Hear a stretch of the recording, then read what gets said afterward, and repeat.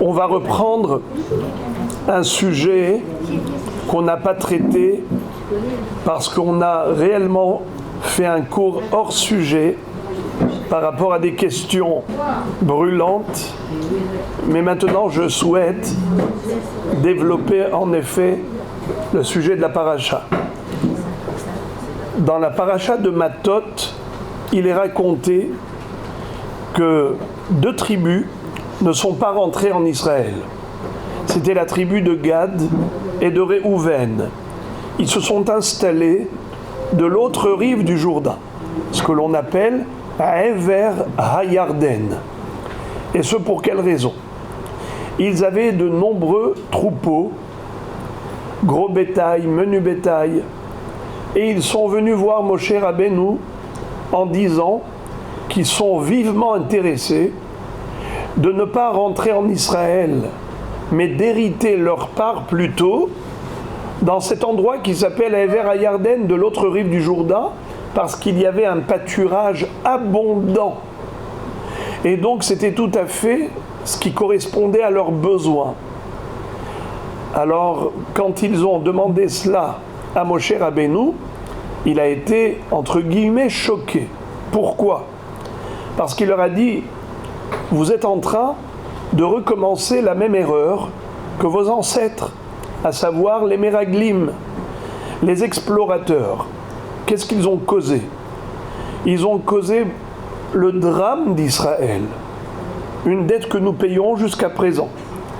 Car quand ils sont arrivés, c'était Tisha B'Av, plutôt le 8 Av au soir, et ils ont plongé tout Israël dans un désarroi, dans une démoralisation générale. Quand ils ont fait un compte-rendu négatif d'Eretz Israël, Moshe Rabbeinu a cru que leur intention était de s'installer immédiatement. Et donc pourquoi ça pouvait provoquer un découragement général, à l'instar des explorateurs qui, au retour du parcours qu'ils ont fait en Israël, ils ont fait un compte-rendu extrêmement négatif. Comment ils ont démoralisé tout le peuple? Ils ont dit: mais il y a là-bas des géants, on n'a aucune chance de gagner la guerre. On va se faire pulvériser par eux. C'était le 8 Av au soir. À la nuit du 8 Av au soir, c'était Tisha B'Av déjà, tout le monde pleure. Akadosh Baruch Hu va dire: pourquoi vous pleurez? Parce que vous ne voulez pas d'Eretz Israël. C'est en cette date où vous pleurerez plus tard, en réclamant Eretz Israël, en réclamant Yerushalayim Bet Hamikdash.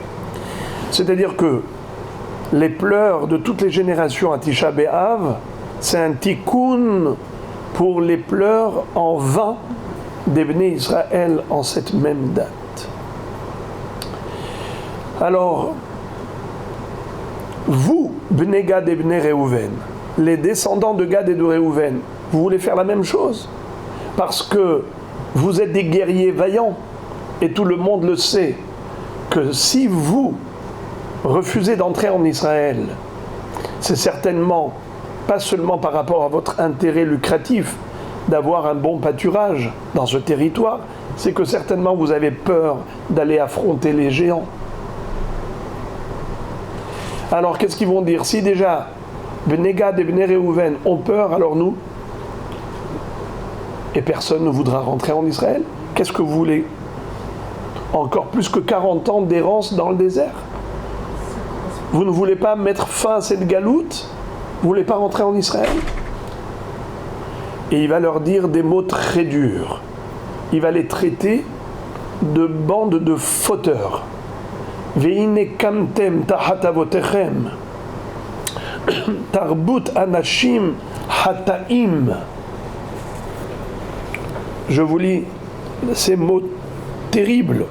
Ve'ine kamtem tahat avotechem tarbut anashim hataim lispot od al haron af Hashem el Israël. Parce que vous voulez encore enflammer la colère divine contre Israël. Ça ne suffit pas tout ce qu'on a souffert. Vous faites du mal à ce peuple. Vous êtes des détracteurs. Eh bien, après tout ce discours de reproche, de réprimande de Moshe Rabbeinu, ils vont s'approcher. On s'explique. Vaïgeshu elav vayomu, gidrotson nivne le miknenu po, ve'arim le tapenu. Nous, ce qu'on voudrait, c'est Béhémet accompagner Israël pour la guerre. Simplement. Le déroulement sera le suivant. D'abord, on va construire ici des enclos pour nos troupeaux et des villes pour nos enfants. Et nous, on partira armés en allant d'un pied ferme devant Israël en éclaireur. On sera, nous, les pionniers. On va installer nos frères dans leur territoire. En attendant, nous, on aura installé nos enfants ici, dans les forteresses, dans les villes fortifiées. On ne retournera pas rejoindre notre famille. Jusqu'à ce que tous les enfants d'Israël soient confortablement installés dans leur territoire. Et c'est ce qu'ils ont fait. Ça a été des gens qui se sont engagés envers Moshe Rabbeinu, car Moshe Rabbeinu leur a dit, si c'est vrai ce que vous dites, vous voulez vraiment accompagner vos frères pour la guerre, dans ce cas-là, je vous l'accorde. Ce que vous avez réclamé, ce que vous m'avez demandé de vous accorder ici, ce territoire de Hever HaYarden, allez-y, vous pouvez. Sinon, non. De là d'ailleurs, on apprend que comment une condition doit être posée. Il faut dire si oui, oui, sinon, non. Ça s'appelle en hébreu Tnaï Kafoul, une condition doublée. On apprend de Moshe Rabbeinu les lois des conditions.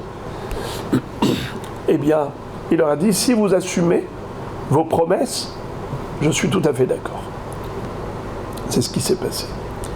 Mais on va voir, je vous ferai remarquer ça dans quelques minutes, comment Moshe Rabbeinu, dans son discours, il va remettre quelques pendules à l'heure. Il va les recadrer. Et on va voir tout de suite. Mais d'abord, qu'est-ce que nous remarquons dans le comportement de Bnei Gad et Bnei Reuven? Premièrement, que c'était des gens extrêmement dévoués pour leur peuple. Des vrais bénévoles, des gens qui étaient prêts à se mettre au service de leurs frères et sœurs. Vous savez combien de temps a duré la guerre de la conquête d'Eretz Israël? 7 ans. Combien de temps a duré le partage du territoire? Encore 7 années supplémentaires. En tout, 14 ans. Ces gens étaient loin de leur famille. Ils sont rentrés en Israël pendant 14 ans, ils étaient là à s'occuper que des autres. D'aller lutter pour leurs frères et sœurs et ensuite de veiller à ce que tout le monde soit bien installé. Ce n'est qu'après qu'ils ont été rejoindre leur famille. Déjà, c'est un dévouement exemplaire, des vrais modèles. Mais en plus, ils ont fait preuve d'une grande maturité. Laquelle? D'accepter des reproches et de l'apprécier. Parce que, au moment où Moshe Rabbeinu les a traités de fauteurs, il les a comparés aux Meraglim. C'est très dur. Ils auraient pu d'emblée, dès que Moshe Rabbeinu commence à leur passer ce savon, ils arrivent, attention, attends, on va s'expliquer. Non. Ils ont laissé Moshe Rabbeinu terminer tout son discours, tout son sermon jusqu'au bout. Et ce n'est qu'après qu'ils ont expliqué leur intention. Pourquoi? Il y a une histoire chassidique très belle. Vous avez entendu parler d'un Admour qui a écrit un livre qui s'appelle Sfat Emet. Le Sfat Emet, c'était un des grands Admourim de Gour. Mais le premier, c'était son grand-père qui a écrit un livre qui s'appelle Hidouché Harim. Rim, c'est Rabbi Yitzhak Meir Altar. C'est la musique qui correspond aux 9 jours. Non, je plaisante. Non, je plaisante. Alors, en tout cas, j'ai...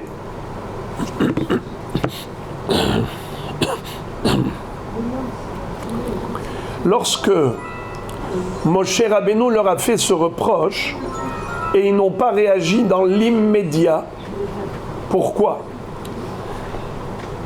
On raconte que le Sfat Emet était yatom, était orphelin.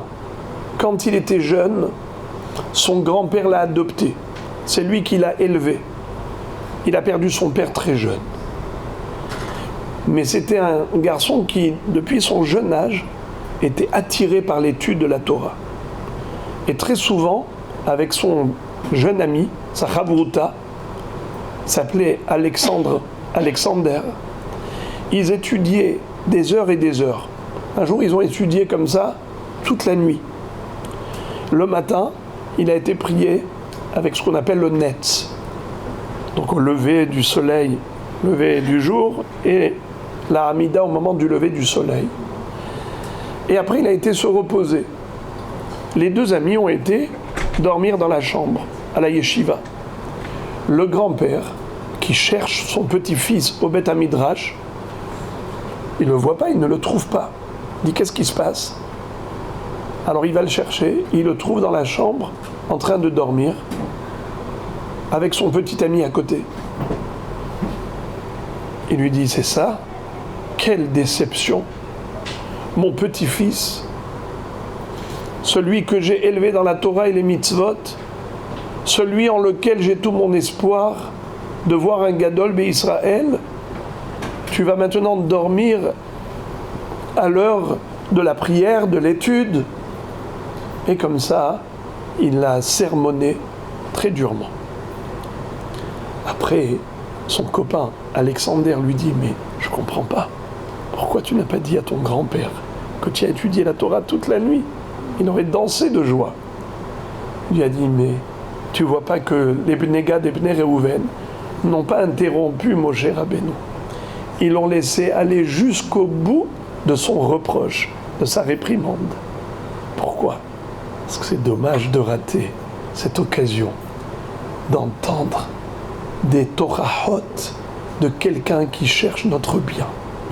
Quelqu'un qui veut vraiment nous adresser une critique constructive. Ce n'est pas un reproche pour Chas v'Shalom dénigrer. C'est un reproche pour stimuler. Ça n'a pas de prix. Ça a une valeur incommensurable. Le reproche, la réprimande de quelqu'un qui cherche à vous faire avancer. Alors, la même chose. Il lui a dit, je ne voulais pas rater cette occasion d'entendre une Toracha de mon grand-père. C'est trop précieux. Vous savez, il y avait des Gdolim qui payaient des Magidim. C'est quoi un Magid ? C'est quelqu'un qui vient te réprimander. Il disait, je t'en prie, je te paye. À l'instar d'un docteur qu'on paye, pour quoi faire ? Pour trouver le problème, pour nous soigner. Un docteur qui dit, c'est bon, vous n'avez rien, vous pouvez rentrer chez vous. Ça, c'est un docteur. La personne, elle sait qu'elle souffre terriblement, mais tout va bien pour le docteur. Mais la personne, elle n'est pas soignée. Qui est le docteur qui se fait une bonne réputation ? C'est celui qui est capable de trouver le vrai problème et qui va faire des examens sur examens et il ne va pas s'arrêter jusqu'à ce qu'il va mettre le doigt sur le problème, parce que c'est comme ça qu'on pourra trouver la solution. Quand on occulte la maladie, eh bien, il n'y a pas de traitement médical. Si on comprenait que la santé spirituelle n'est pas moins importante que la santé physique, alors on aurait payé les gens qui nous font des reproches exactement comme on paye le médecin qui a réussi à trouver le défaut. Nahon ? Au contraire, il encaisse encore plus cher celui qui arrive à trouver le vrai problème physique. Les docteurs, en fonction de quoi ? Il y a ceux qui prennent en privé des honoraires. Ils se permettent, parce qu'ils savent qu'ils ont de la réputation, qu'ils n'ont pas d'équivalent, ils n'ont pas de concurrent.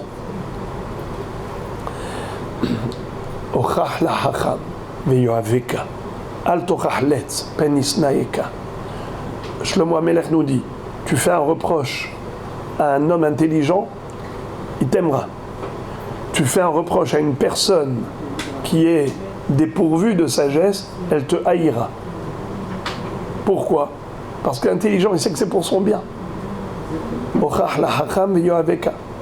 Le Midrash raconte, Rabbi Yochanan ben Nouri racontait que plusieurs fois il avait été colporté entre guillemets chez Rabban Gamliel, toutes sortes de choses qu'il voyait chez Rabbi Akiva qui ne lui plaisaient pas. Et à chaque fois Rabban Gamliel, à la yeshiva, il convoquait Rabbi Akiva quand il était encore jeune étudiant et il faisait des reproches. Rabbi Yochanan ben Nouri raconte 5 fois, je lui ai fait ça. J'ai été raconter à Rabban Gamliel ce que je trouvais de négatif chez Rabbi Akiva, qui venait de rentrer à la yeshiva. Et à chaque fois qu'il lui faisait des reproches, il m'aimait encore plus.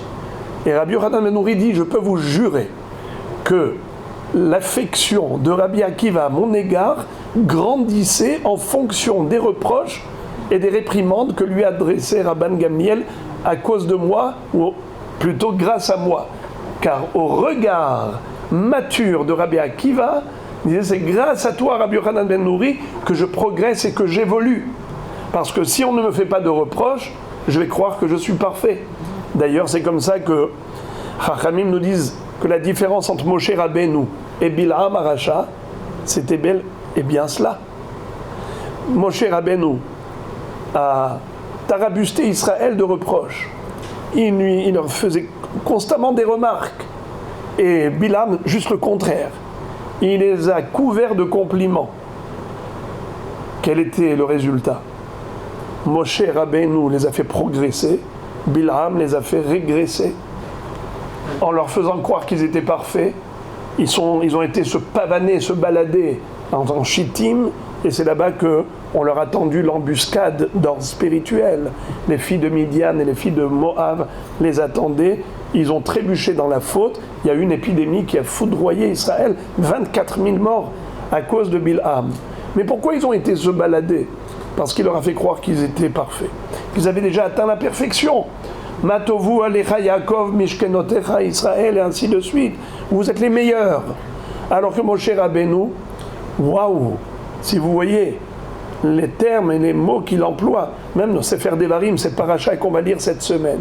Au début, il leur fait des torachot beremez, par allusion, comme dit Rashi, mipene kevodan shel Israël, par kavod pour Israël.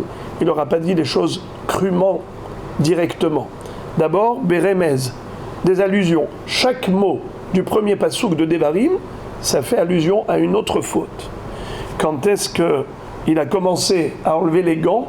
Quand il a vu qu'ils étaient réceptifs. Qu'il leur avait fait des reproches par allusion, et ils étaient tout à fait d'accord d'écouter. Eh bien, à ce moment-là, il a ouvert tous les dossiers. Il leur a rappelé toutes les erreurs du passé, pour ne pas récidiver.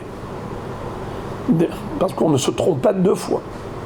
C'est comme ça que, en effet, nous dit Rachamim, que le pasuk Ne'emanim pitzae ohev vene'atarot neshikot soné, les blessures de quelqu'un qui vous aime sont bonnes, les baisers de quelqu'un qui vous hait sont négatifs. C'est-à-dire, Bil'am nous haïssait. Tous ces compliments, c'était que la pommade qui nous a passé et qui malheureusement nous a poussé finalement à notre déchéance. Mais Moshe Rabbeinu, qui était dur, rigoureux, très strict, mais grâce à lui, Mochiach Adam Aharai Hen Imtsa, que je vous dis, c'est lui qui vous a ramené vers moi. C'est Moshe Rabbeinu. Alors, donc déjà on voit un premier point dans le comportement de Bnei Gad et Bnei Reuven, qui est extrêmement positif, c'est leur dévotion, leur amour du prochain, leur investissement pour installer leurs frères en Eretz Israël, d'abandonner leur famille pendant 14 ans au profit du peuple. Ça, ce sont des pionniers, des vrais modèles qui s'investissent pour leur peuple. 14 ans. 7 ans de conquête et 7 ans de partage. Et ensuite, leur capacité à écouter, leur capacité d'écoute, leur faculté à pouvoir accepter des reproches même très durs de la part de Moshe Rabbeinu, mais ils savaient pertinemment que c'était pour leur bien. Il n'y avait pas chas v'shalom de volonté de Moshe Rabbeinu de les rabaisser pour les rabaisser, juste de les recadrer, les mettre sur le droit chemin. Alors, un tel discours, il faut l'écouter attentivement. Mais d'autre part, on va faire remarquer également des petites erreurs de leur part. Moshe Rabbeinu, premièrement, va leur faire remarquer qu'ils ont renversé l'échelle de valeur. Comment ? Ils ont dit on va construire des enclos pour notre bétail et des villes pour nos enfants. Moshe Rabbeinu leur dit d'abord des villes pour vos enfants et ensuite des enclos pour le bétail. Qu'est-ce qui est essentiel dans la vie ? C'est les valeurs spirituelles. Le matériel, le bétail, la richesse, ce n'est qu'un moyen. Mais le but, c'est d'inculquer à vos enfants les vraies valeurs. Torah tziva lanu Moshe moracha keilat Yaakov. Le fait qu'ils aient parlé d'abord du bétail avant les enfants, il leur a dit Asitem et ha'ikar tafel, mais tafel ha'ikar. Ce qui est accessoire, vous en avez fait du primordial, et de ce qui est essentiel, vous avez fait du superflu. Il faut remettre les pendules à l'heure. Et on verra que, en effet, ce problème va causer et entraîner d'autres problèmes. Lesquels ? Vous savez que dans la paracha qui est juste après Mas'eh, celle qu'on a lue Shabbat dernier, avec laquelle on a clôturé le Sefer Bamidbar, on nous parle des villes de refuge. À quoi cela servait les villes de refuge ? À Aré Miklat. Ça permettait à celui qui accidentellement avait tué quelqu'un, eh bien, il fallait qu'il aille en exil dans ces villes de refuge, pour 2 raisons. Primo, c'était pour la capara de sa faute. C'est vrai que c'était involontaire. Il a tué involontairement, par inadvertance. Mais tout de même, il a tué quelqu'un. C'est très grave. Pour se faire pardonner, il fallait qu'il reste dans ces villes de refuge jusqu'à la mort du Kohen Gadol. Jusqu'à la mort du Kohen Gadol. Mais en plus, pourquoi on les appelle villes de refuge ? Aré Miklat. Parce que c'était protecteur. Il était à l'abri du Goël Adam, le vengeur de sang. Le proche parent de la personne qui avait été assassinée par ce Rotséar avait le droit de venger le sang de son proche parent, du défunt. Il avait le droit de tuer le Rotséar, s'il le trouvait n'importe où, sauf s'il se trouvait dans l'une des 6 villes de refuge. C'était des villes de refuge. Il y en avait combien des villes ? On a dit 6. 3 en Eretz Israël et 3 où ? Dans Ever HaYarden. Qui habitait dans l'autre rive du Jourdain ? Combien de tribus ? 2 et demi.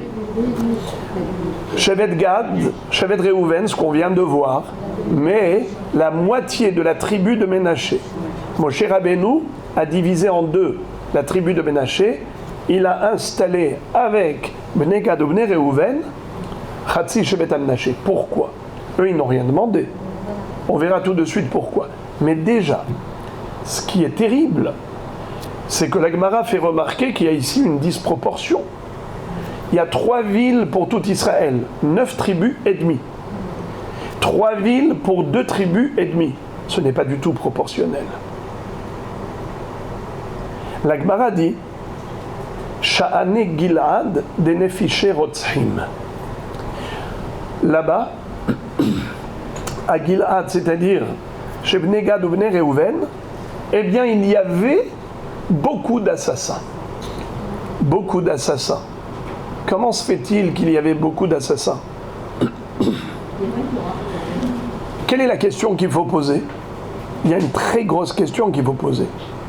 On sait très bien que les villes de refuge ne pouvaient abriter que ceux qui avaient tué involontairement. Alors on ne peut pas parler de beaucoup d'assassins quand il s'agit d'involontaires. Quelqu'un qui n'a pas fait exprès, il n'a pas fait exprès. Comment est-ce qu'on peut dire, là-bas il y a beaucoup de gens qui ne font pas exprès? Mais quelqu'un qui n'a pas fait exprès, donc il n'a pas fait exprès. Si c'est volontaire, alors je peux comprendre que dans une région, il y a des gens qui sont plus négatifs que dans l'autre région. Ici, c'est des gens positifs, ici, c'est des gens négatifs. Alors là, je peux comprendre la différence. Il y a beaucoup d'assassins ici, il y en a moins là. Mais on ne parle pas d'assassins volontaires, on parle d'accidents. Alors pourquoi il y aura plus d'accidents là-bas, chez Bnei Gad ou Bnei Réhouven? Réponse, c'est que les accidents, c'est également le fruit d'un manque de vigilance. Car celui qui fait très attention au respect d'autrui, celui qui fait très attention à la vie de l'autre, eh bien de la même façon que lui-même, il ne se fait pas du mal, il ne fera pas de mal aux autres. Ça ne lui arrivera pas de faire du mal aux autres, même accidentellement, de la même façon qu'il fait attention à sa propre vie. La vie de l'autre n'est pas moins importante que la tienne. Eh bien, si les Bnei Gad ou Bnei Réhouven, malheureusement, il y avait beaucoup d'assassins volontaires, c'était la cause aussi d'assassins involontaires qui étaient nombreux. Parce qu'ils ne prenaient pas en considération la vigilance qu'il fallait adopter pour ne pas porter préjudice à autrui. Car on a banalisé le crime. Ce n'était plus important, la vie des autres. Et pourquoi ils en sont arrivés là? Figurez-vous qu'ils ont été les premiers à être exilés, les premiers à perdre tout leur argent, parce qu'ils ont leur argent les a perdus, ils ont été exilés. Ils ont accordé la primauté aux biens matériels. Ils ont dit à Moshe Rabbeinu, on va construire des enclos pour notre bétail, et des maisons et des villes pour nos enfants. Ils ont considéré les biens matériels supérieurs aux enfants. Moshe Rabbeinu leur dit non. Attention, vous êtes en train de renverser la vapeur. C'est très grave ce que vous dites là. L'essentiel de notre vie, c'est les valeurs spirituelles, c'est l'éducation des enfants. C'est pour eux qu'on vit, c'est pour eux qu'on travaille. Le travail, c'est juste un moyen. Alors, c'est comme ça que, en effet, à force de donner de l'importance à la matérialité, on développe l'égocentrisme. À force de développer l'égocentrisme, on fait abstraction de l'altruisme. Et au fil du temps, malheureusement, on peut même, chas v'shalom, arriver à des règlements de compte pour des histoires d'argent. Quand vous entendez que malheureusement, il y a eu une mafia qui a fait ceci, cela, quelqu'un qui s'est fait exploser parce qu'on lui a mis une bombe dans sa moto, parce qu'il y a eu un règlement de compte pour des problèmes d'argent, comment on peut en arriver là? Eh bien, c'est cela, le début. Et c'est comme ça que on peut arriver à des villes de refuge. Il y en a 3 pour 2 tribus et demie. Alors qu'en Eretz Israël, il y en avait 3 pour 9 tribus et demie. Mais également, Moshe Rabbeinu va faire quelque chose d'extraordinaire. Il va leur mettre la moitié de la tribu de Ménaché avec eux. Pourquoi? Pourquoi Ménaché? Et pourquoi une demi-tribu? Pourquoi pas une tribu entière? Moshe Rabbeinu savait que maintenant, ils allaient être déconnectés. Ils vont être de l'autre rive du Jourdain. Alors que tout le peuple juif se trouve en Israël. Eux, ils y ont renoncé à la Kedusha d'Eretz Israël. Pour des valeurs matérielles, pour le pâturage du troupeau. Moshe Rabbeinu dit, il faut que je fasse quelque chose pour eux. Je vais leur envoyer la moitié du Shevet Ménaché. Pas un Shevet entier, un demi-Shevet, qui va faire le pont entre Israël et Chutz La'aretz, entre Ever HaYarden et la terre d'Israël. Le pont, parce qu'il va y avoir des voyages constamment. Il va aller voir son frère, il va aller voir sa sœur, il va aller voir son cousin, il va aller voir son tonton, et ainsi de suite. Il y a toujours des voyages dans le Shevet Ménaché. Mais pourquoi Shevet Ménaché? Pour deux raisons. Premièrement, Ménaché était le fils de Yosef Hatzadik, qui aimait Eretz Israël. Yosef a été enterré en Israël. Moshe Rabbeinu n'a pas eu ce mérite.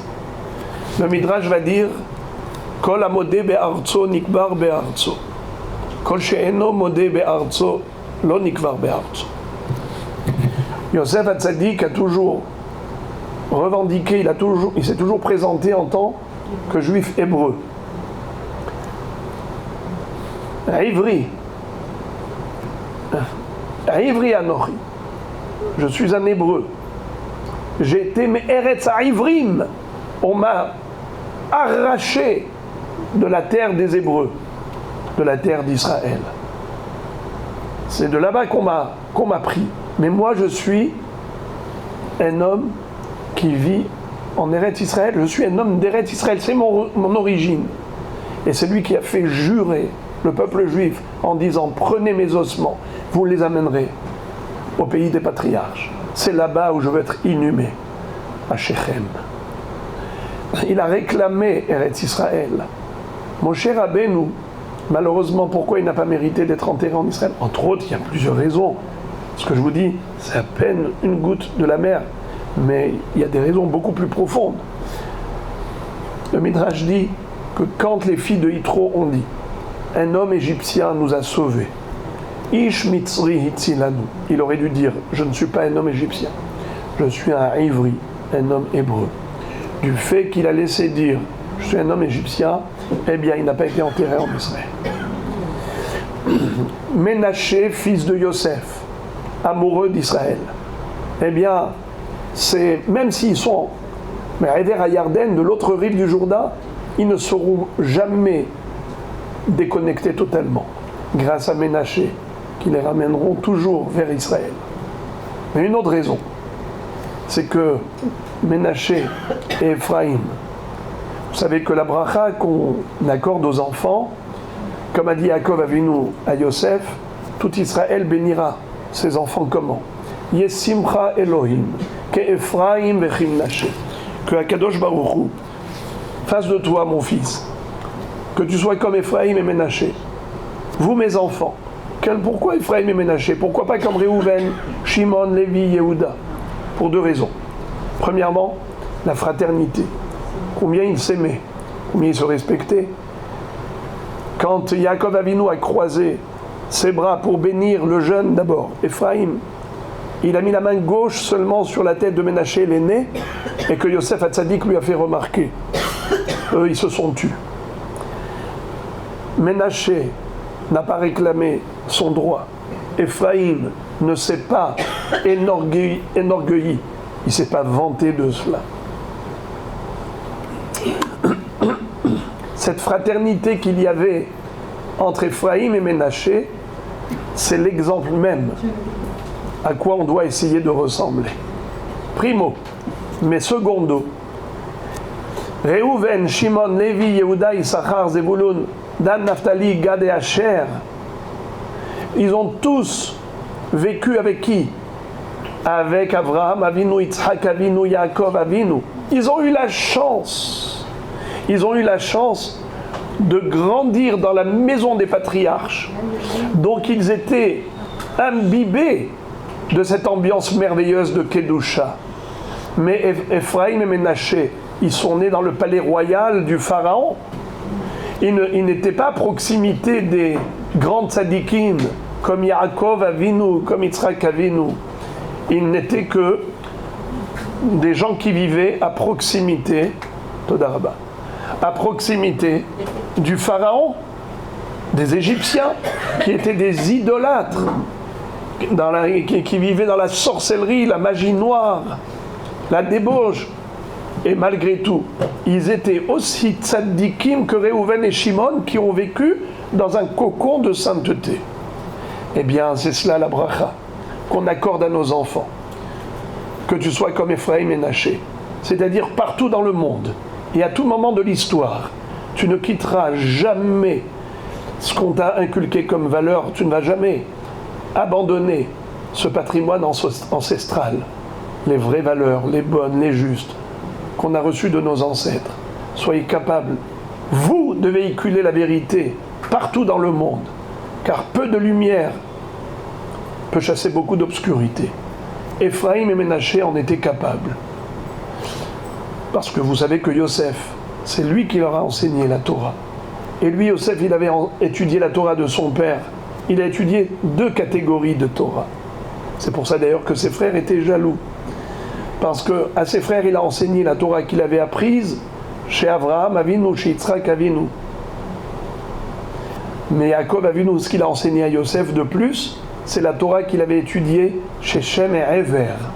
Qui était Shem? Contemporain du Dor à Maboul.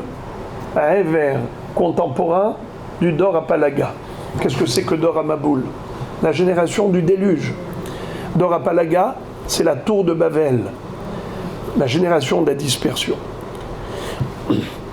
À l'époque du déluge, quel était le Yetzer Hara qui était prédominant? C'était la harayot, la débauche, à tel point que même les animaux se sont dénaturés, ils allaient avec des espèces différentes. À l'époque du Dor à Palaga, la tour de Babel, c'était la Avodah Zara, c'était livrer guerre à Dieu, donc c'est la philosophie. Donc, Shem, à son époque, il a dû faire face au Yetzer Hara du Dor à Maboul. Ever, à son époque, il a dû faire face au Yetzer Hara du Dor à Palaga. Chacun a développé une Torah d'immunité face aux microbes qui pouvaient, chas v'shalom, à les emporter, les entraîner à eux aussi dans le mal. Yosef Hatzadik, il a appris de son père Yaakov Avinu, ce que Yaakov a appris dans le Beth Midrash de Shem et de Ever. Yosef a eu les vitamines nécessaires, spirituellement parlant, pour faire face à Mitzraïm. Où à Mitzraïm, il y avait les 2 Yetzer Hara, la Avodah Zara et la débauche, comme la femme de Potiphar. C'est comme ça que Yosef a résisté. Il est resté authentique, fidèle à tout ce qu'il avait appris de son père. Il a enseigné à Ménaché Ephraim. Moshe Rabbeinu prend la tribu de Ménaché, il la divise en 2. Et il dit, vous saurez enseigner au Bnei Gad ou Bnei Réhouven comment tenir bon, même face au Yetzer Hara de la diaspora. Nous, on est en Israël, on est protégés, naturellement, parce qu'on est entre nous. Mais eux, ils sont exposés à des dangers. Mais vous, Ménaché, vous savez, même dans un lieu hostile, un milieu dangereux spirituellement parlant, vous savez rester vous-même. Apprenez-leur cette Torah que vous avez reçue de Yosef Hatzadik.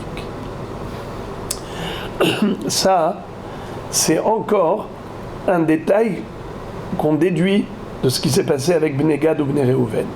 Mais le dernier enseignement que je vais partager avec vous, c'est une expression qui, étrangement, est répétée sans arrêt. Moshe Rabbeinu, on ne comprend pas pourquoi il a répété les mêmes mots plusieurs fois. Regardez ce qu'il va leur dire. Vayomer alehem Moshe. Moshe leur dit, Im ta'asun et adavar azeh. Si vous allez accomplir cette chose-là, cette promesse, Im tehaletzu lifnei Hashem la milchama. Si vous allez en guerre devant Dieu, ve'avar lachem kol halutz et ayarden lifnei Hashem, et que vous, en éclaireur, tous les pionniers, les guerriers armés, vous allez aller devant, vous allez traverser le Jourdain devant Dieu, Adorisho et oivav mipanav, jusqu'à retrancher tous ses ennemis, ve'nirbesha haaretz lifnei Hashem, la terre sera conquise devant Dieu, ve'achar tashuvu, ensuite vous reviendrez chez vos familles, V'item nekiim et Hachem Israël. Vous serez à ce moment-là quitte de votre serment. Vehaïta haaretz azot lachem lachuza lifnei Hachem. Cette terre-là, c'est-à-dire vers Yarden, sera pour vous l'héritage comme territoire devant Dieu. C'est incroyable. C'est incroyable. Combien de fois Moshe Rabbeinu a répété devant Dieu, devant Dieu, devant Dieu, sans arrêt.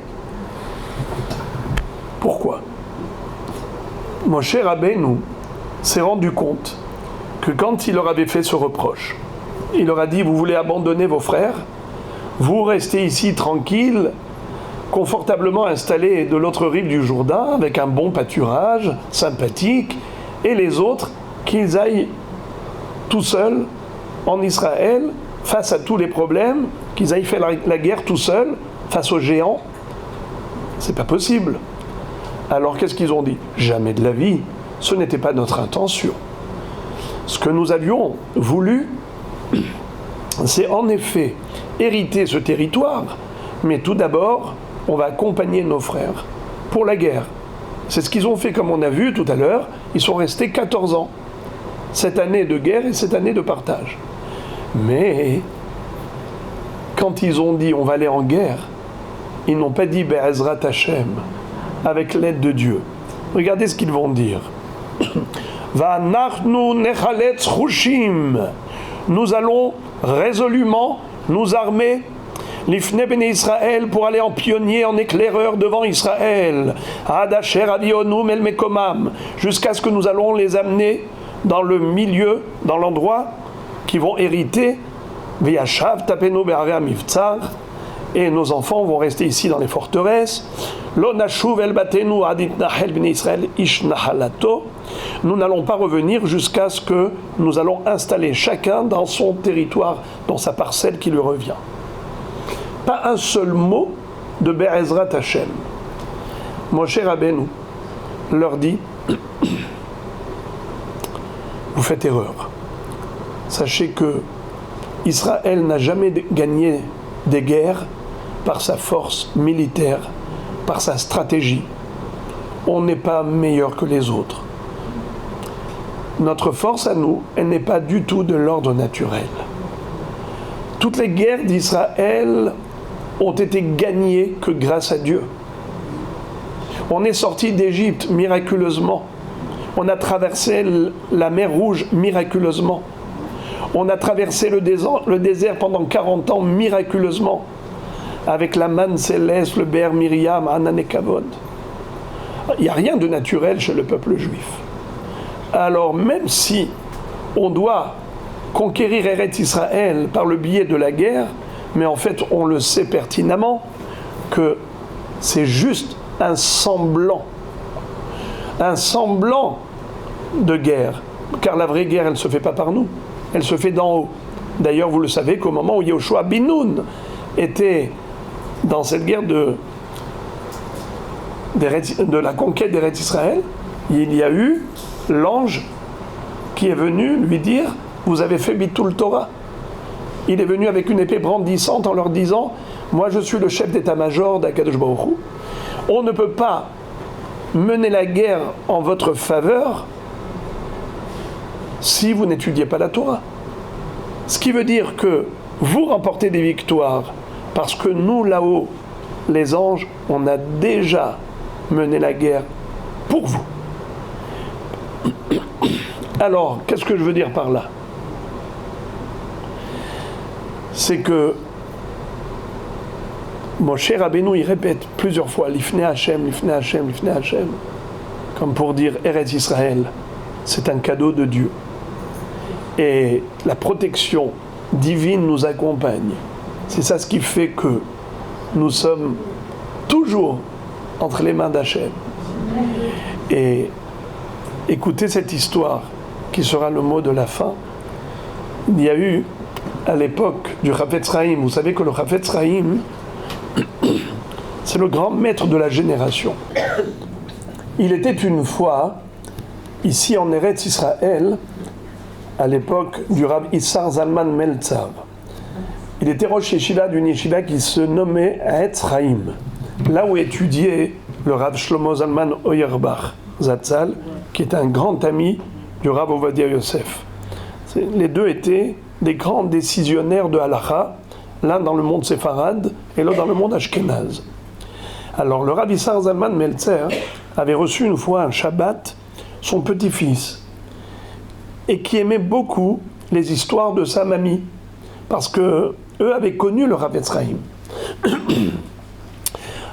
Quand le Rosh Yeshiva était en train d'étudier la Torah à la salle à manger, lui il était avec sa mamie à la cuisine, et elle lui raconte que le Rav Etzraïm, qui a écrit le livre sur le Lachon Hara, qui s'appelle justement Rav Etzraïm, il s'appelait Rabbi Israël Meir HaKohen, mais il a nommé son livre Rav Etzraïm par rapport au Lachon Hara, comme il est écrit dans Tehilim, Mi ha'ish Rav Etzraïm, ohev yamim lir'ot tov, netzor lishonecha mera, usfatecha midaber mirma. Tu aimes la vie, préserve ta langue de la médisance. Eh bien, lui, le Rav Etzraïm, qui a écrit aussi un très grand livre de Halacha, le Mishnah Brura, qui est étudié dans le monde entier, il a annoncé à sa communauté qu'il allait faire sa Aliyah. Mais malheureusement, sa femme est tombée malade. Ça a duré des mois jusqu'à ce qu'elle se soit rétablie. Quand elle a guéri, c'est lui qui est tombé malade. Il avait déjà dépassé les 90 ans. Même quand ça allait mieux, il n'avait plus la force d'entreprendre ce long voyage, d'aller de Pologne pour arriver en Eretz Israël dans les conditions de l'époque. C'est pas El Al, en 4 heures vous arrivez à la maison. C'était des bateaux, il fallait traverser des forêts, des voyages à dos de cheval, c'est-à-dire dans des calèches et ainsi de suite, jusqu'à ce que vous arriviez au port. Bon, en tout cas, c'était devenu mission impossible. Il a eu cette frustration de ne pas avoir réalisé ce rêve, ce projet de fin de vie. Et il a raconté qu'il s'est rendu compte que quand il avait annoncé à la communauté qu'il allait les quitter pour aller en Israël, il n'avait pas dit « Be'ezrat Hashem » avec l'aide de Dieu. Lorsque le Rosh Yeshiva a entendu son épouse raconter cela à leur petit-fils, tout de suite il se lève et il va vers eux. Il lui dit « Mamie, tu as oublié de rajouter un autre élément à notre petit-fils. » Que le Rav Etzraïm, toute sa vie, il a toujours dit Be'ezrat Hashem, Imirtze Hashem, même lorsqu'il s'agissait d'aller de la cuisine à la salle à manger, il disait Be'ezrat Hashem, je vais aller à la salle à manger. Be'ezrat Hashem, je vais aller à la chambre à coucher. C'est toujours avec, à la grâce de Dieu, Dieu merci, si Dieu veut, avec l'aide d'Akadosh Baruch Hu, toujours. Et en effet, il a dit que c'est à cause de cela qu'il n'a pas mérité de réaliser son rêve. Vous savez ce que Chachamim nous disent à propos de Yosef Hatzadik?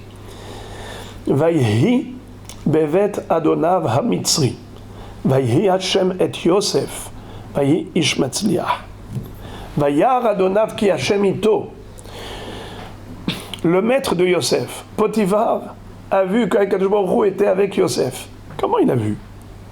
Comment il a vu qu'Akadosh Baruch Hu était avec Yosef? À chaque fois qu'il demandait quelque chose à Yosef, son serviteur entre guillemets à cette époque, eh bien, il le voyait murmurer. Il disait, va me chercher du café. Il apporte. Il dit, non, je veux pas du café. Maintenant, j'ai changé d'avis. Je veux un cola frais.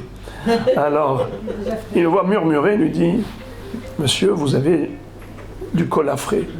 Il dit, c'est quoi cette histoire? C'est de la sorcellerie. Je t'ai vu murmurer. Il a dit, je prie Hachem que tout ce que je vous sers vous plaise. Alors, si vous voulez de la bière, vous pouvez demander. Il prie Hachem, c'est de la bière.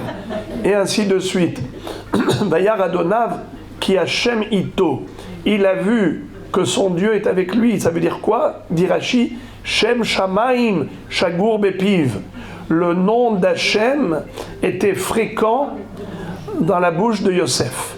Regardez dans cette phrase, il y a dans ce passouk 3 phrases. Vayhi bevet Adonav hamitzri. Et ce fut dans la maison de son maître l'Égyptien. Vayhi Hashem et Yosef. Hashem était avec Yosef. Vayhi ish matzliach. Il était un homme qui réussissait dans toutes ses entreprises. 3 fois Vaïhi. Il se fut dans la maison de son maître, et Hachem fut avec lui, et il fut un homme qui réussissait. C'est quoi ça? Yosef a connu toutes les situations, d'échecs comme de réussite. Il était au plus bas de l'échelle, en prison égyptienne pendant 12 ans. Imaginez-vous ce que cela représente. Un homme en prison, dans un cachot, pendant 10 ans. Et après ça, il a eu Sarah Mashkim et Sarah Ophim qui l'ont rejoint. Et après encore 2 ans. 12 ans. Il n'a pas perdu espoir. Yosef reste toujours avec Hachem. Même quand il est là, Akadosh Baruch Hu lui fait le reproche: pourquoi tu t'es adressé au maître échanson Sarah Mashkim pour lui demander de t'aider pour sortir d'ici? Il a eu 2 ans supplémentaires. Pourquoi? Parce que toi, Yosef, tu ne t'adresses pas aux hommes, tu t'adresses toujours à Dieu. Et en effet, même quand la femme de Potiphar a tenté de le séduire et qu'elle n'a pas réussi, alors elle va essayer d'exercer sur lui une pression psychologique par la menace. Elle dit: si tu refuses d'aller avec moi, je te crève les yeux. Il lui dit: Dieu rend la vue aux aveugles. Hachem, pokeach ivrim. Elle dit: je vais te mettre en prison. Hachem matir asurim. Dieu libère les prisonniers. Elle dit: je vais te mettre des lourds poids sur le cou, je vais te courber la silhouette. Il y a Hachem zokef kefoufim. Dieu redresse les courbés. Avec le nom d'Hachem, tout allait bien. Et c'est comme ça qu'il traverse toutes ces épreuves. Et après, quand le pharaon l'appelle et lui dit: paraît que tu es un super interprète, j'ai appris de maître et chanson que tu as une intelligence extraordinaire pour savoir dévoiler les mystères, même des rêves. Il lui a dit: moi, pas du tout. Bil'adai, Elohim ya'anet shlom paro. Ah, moi, pas du tout. C'est Dieu qui me mettra dans la bouche ce qu'il souhaite que je sache. Au lieu de dire: oui, bien sûr, c'est moi. Non, non, pas du tout, c'est pas moi. C'est Hachem. Donc, même quand il était Bevet Adonav Mitzri, Vayi Hachem et Yosef, Vayi Ish Matzliah, même quand il réussissait, il ne s'est pas attribué les succès. Il a toujours rendu la couronne à qui de droit? À Kadosh Baruch Hu. Donc, pourquoi Hachem était avec Yosef? Vayi Hachem et Yosef, parce que Yosef était toujours avec Hachem. C'est-à-dire que Moshe Rabbeinu va reprendre les Bnei Gad ou Bnei Reuven, il leur dit: Eretz Israël, c'est une terre qui s'hérite, mais qui se mérite. Si tu sais qu'on l'a reçu d'Akadosh Baruch Hu, et que c'est à lui que tu t'adresses pour nous protéger, pour nous la donner en permanence. Vous savez la prière qu'on fait tous les Shabbats. Yeratson, Sheta'alenu, Besimcha, Le'artzenu, Hachem, fais-nous monter en Israël dans la joie, Vetita'enu, Bigvulenu, et implante-nous dans notre frontière, dans notre territoire. C'est-à-dire qu'il n'est pas suffisant de monter, mais d'être implanté. C'est-à-dire que même une fois qu'on est là, que Akadosh Baruch Hu fasse en sorte que tous nos ennemis ne puissent pas atteindre leur objectif Ras Veshalom, et qu'il nous mette toujours son dôme divin de protection, de manière à ce que, au contraire, tous ceux qui nous veulent du mal disparaissent, et que Am Israël, qui garde sa confiance en Dieu depuis des millénaires, eh bien, Be'ezrat Hashem méritera de vivre l'avènement messianique avec la rédemption finale, une Geoula Shlema b'mehera b'yameinu. Amen ve'amen.